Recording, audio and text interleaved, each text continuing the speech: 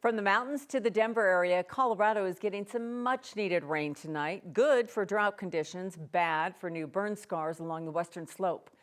Good evening, I'm Kim Christensen. And I'm Kyle Clark. So just like that, summer was here, it was hot, it was oppressive, and then it was just like disappeared. Deuces. We're going to get started with 9 News meteorologist Chris Bianchi, and it just vanished on us. You know, we might have set deuces already to 90-degree days for the rest of the summer. I don't see any in the next 10 to 14 days. Once we start getting to the second week of September, it's a little tougher. It's a little tougher. We can certainly see 90-degree days midway, even to the end of September, but it just gets a lot tougher for us. So there's a chance we may have had our last 90-degree day in Denver. Meantime, certainly not even close to 90 for us right now. Low to mid-60s. We've had some of those showers around, those dissipating, and some really beneficial rain. Now, out at the airport, it's still a hot mess at the airport. Still some residual delays because of we had about 3 hours of ground stops at the airport. Just a total mess out there. And here in downtown Denver, about a little over 1/10 of an inch of rain. But Aurora, 3/4 of an inch of rain. Hey, we'll certainly take that. And still some leftover showers for us here across the eastern plains. Had an earlier flash flood warning. This has been allowed to expire for parts of Albert County. Still a part of Arapahoe County under a flash flood warning right now. But the rain mostly coming to a close right now across the eastern plains. But the mountains seeing another surge of moisture. Our wettest day in several months for many spots here across the high country. We're going to run through some of those numbers and take a look at tomorrow's forecast as well as when it will finally dry out coming up in my full forecast in just a couple minutes. Thornton police say they have identified the driver accused of causing a deadly crash over the weekend. Police say the driver of an SUV cut off a 37-year-old man on a motorcycle. He lost control and crashed. 9 News reporter Janelle Finch joins us from Thornton, where that man's family gathered tonight. Janelle? Family members claim the man that died in that crash was Christopher Solano. They say that he was the favorite uncle, a funny brother, and an amazing father to a 3-year-old girl. Police say Christopher Solano died while riding his motorcycle Saturday night. Investigators say another driver cut him off, causing them to crash into each other. They say Solano lost control and the SUV that caused the crash didn't stop. Solano's family says he was their protector. They say despite him being big and tall, he was a softie when it came to loving his nieces, nephews, and 3-year-old daughter. I don't know how to picture my life and my world without my brother. I don't even know, words can't even express how I feel inside and how my mom feels, my grandma feels. I don't want to believe it's true. Solano's family says as they're mourning, they should be celebrating. They say that Chris would have turned 38 tomorrow. Live in Thornton, Janelle Finch, 9 News. Aurora police are asking for help to bring some closure to the family of a man who was shot and killed 4 years ago. It was August 25th, 2021. 54-year-old David Nash was walking on South Buckley near East Ohio. He had a brief interaction with a man at the entrance to a shopping center. That man then shot and killed Nash. APD released surveillance video of the suspected shooter. They don't believe that he knew Nash. They're not sure why he killed him. They're hoping that somebody out there has new information that could help them solve the case. This incident happened around 7:48 in the evening, which, mind you, is still daylight outside in August.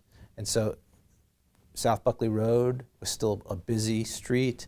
The strip mall where this parking lot was had people outside and heard it happen, saw it happen. So I think there's maybe more witnesses out there than actually called in. Aurora police say no details too small. If you think you might know anything at all, you're asked to reach out to them. The El Paso County Sheriff's Office has launched a criminal investigation after someone was found dead along Highway 24 northeast of Falcon this morning.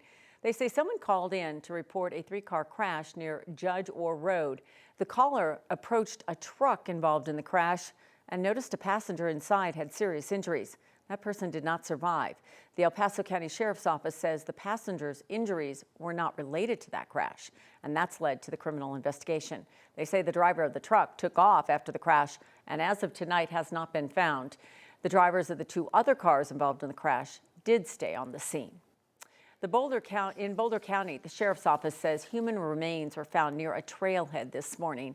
A crew member of Open Space and Mountain Parks for the city of Boulder reported that discovery about 150 yards east of the Flatirons Vista Trailhead.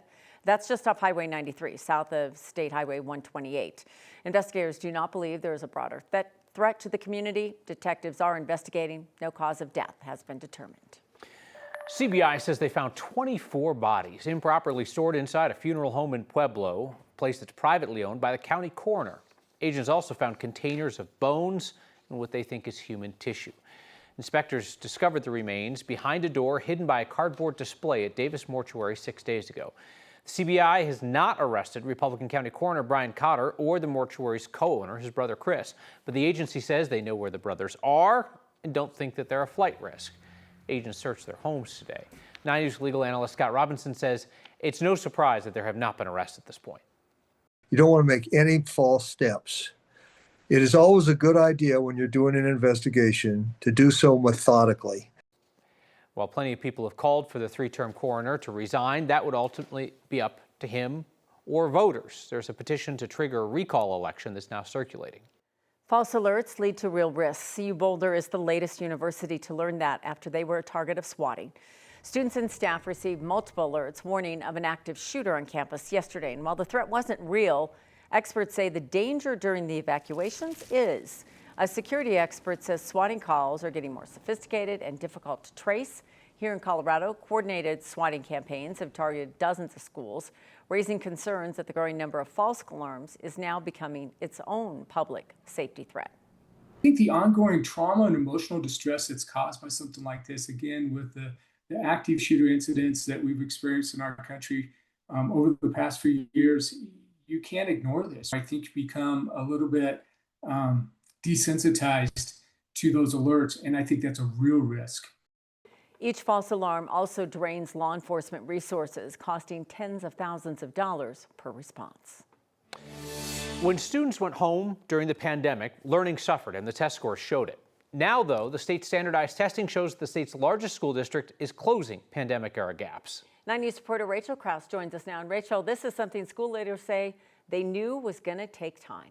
Yeah, I sat down with Denver Public Schools Superintendent Alex Marrero. He says they thought getting learning levels back to pre-pandemic levels would take somewhere between 3 to 7 years. They did it in 4. He says they have to keep that momentum going. Class. All right, coming back together.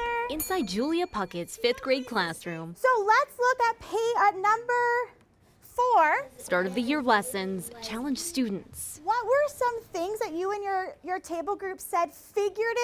Last year's victories with CMAS testing results feel fresh. It felt very emotional to see hey, our work together paid off. Columbine Elementary is one school that saw significant improvements in student scores, particularly in students of color. To wonder what can we continue to do to make sure those disparities are closed throughout every single grade level. Growth, not just as a school, but as a district. I want to encourage the progress, but I definitely don't want to say that we accomplished what we need to do. That's accelerating the trajectory, but we haven't eradicated the gaps. Dr. Alex Marrero, superintendent of Denver Public Schools, says they still have a ways to go to address a massive learning disparity for students of color, particularly black students, throughout the district. It's severe, and it's still, I would say, it's gross in terms of the gaps. We're looking in certain cases 30, 40, 50% difference. Overall, DPS's scores are getting better. Valerie! The district hit all-time highs for math and science and close to it in literacy. And for the first time, DPS, along with the state,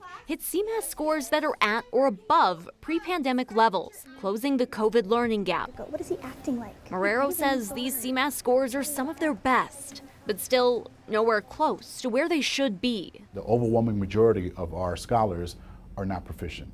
So that is the most difficult part of it. Before we move on, I just want to do a quick reflection on our learning. That work is happening day by day in classrooms like Julia's. That's why I love teaching, though, is because you can continually reflect and get better. Students and schools ready to meet the challenge. Push in your chairs, come to the carpet with nothing in your hands.